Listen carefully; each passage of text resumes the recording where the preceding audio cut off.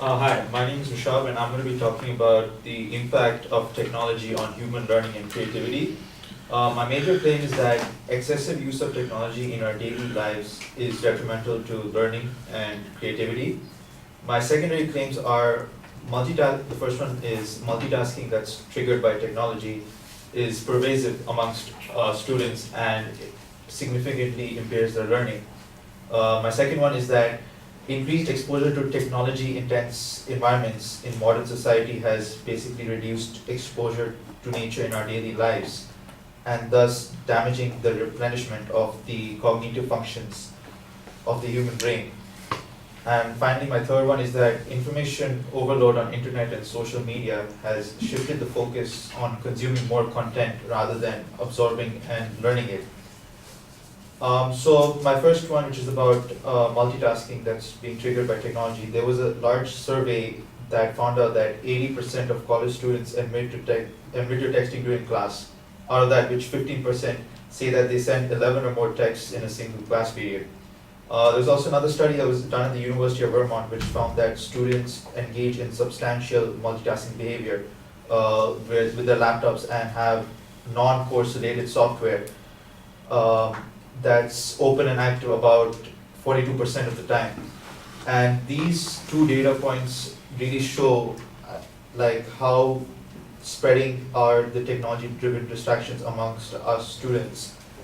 And according to David Meyer, who is a psychology professor at the University of Michigan, who studied the effects of divided attention on learning, says that under most conditions, the brain simply cannot do two complex tasks at the same time. It can happen when the two tasks are both very simple and when they don't compete for the same mental resources. An example would be folding laundry and listening to the weather report on the radio. That's fine, but listening to a lecture while texting or doing homework and being on Facebook, each of these tasks is very demanding and each of them uses the same area of the brain, which is known as the prefrontal cortex. And this again connects back to my point, which talks about how it really harms learning when we're trying to do two tasks at the same time. My secondly would be my second point where I talked about how increased technology intense environments has really reduced our exposure to nature. And according to a report which is from the Institute of Social Research in the University of Michigan, children today spend only 15 to 25 minutes a day in outdoor play and sports, and this number continues to decline. And there was also another report published in the Proceedings of the National Academy of Sciences, which stated that there was a 20% decline in per capita visits to national parks since 1988, and 18 to 25% decline in nature-based recreation since 1981. The Kaiser Family Foundation report published in 2010 found that 80% of kindergarten-aged children are computer users, and the average 8 to 18-year-old now spends 7.5 hours per day using one or more types of media, such as TV, cell phones, computers. And with this, and as a result, this has really reduced. This is also reduced an exposure to nature, and because since nature nurtures creativity, as a result, it basically doesn't allow us to replenish the basic the cognitive functions of the brain as a result. Finally, the third thing, which was on information overload on internet and social media. 3.7 users are estimated to be sending around 269 billion emails per day, and this is an estimate from the Radicati group. And it is also estimated that the average office worker receives 121 emails a day, and the percentage of that email is spam, and 49.7% of that email is spam. And as of March 2017, with more than 1 billion active users, WhatsApp Messenger application processes 42 billion messages, 1.6 billion photos, and 250 million videos daily. Snapchat users post 759 million photos daily, and in 2016, the Twitter users posted an average around 500 million tweets per day. Similar stats also reported by close rivals such as Facebook, Viber, Instagram, Skype, and WeChat. These numbers also give us an idea of the digital information overload users encounter in today's world.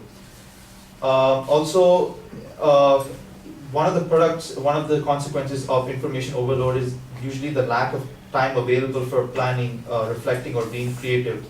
We are usually less capable of thinking, generating creative ideas, and effectively solving problems. And information overload causes superficial analysis, delayed decisions, and increased mistakes as a result. And it seems that our technology channels gear our thinking towards multiple trivial problems instead of focusing on a few important ones where we can create a huge difference. In conclusion, technology has definitely propelled us to where we are today, but the unnecessary excess use of it has really depleted the innovation and creativity that we possess. Thank you.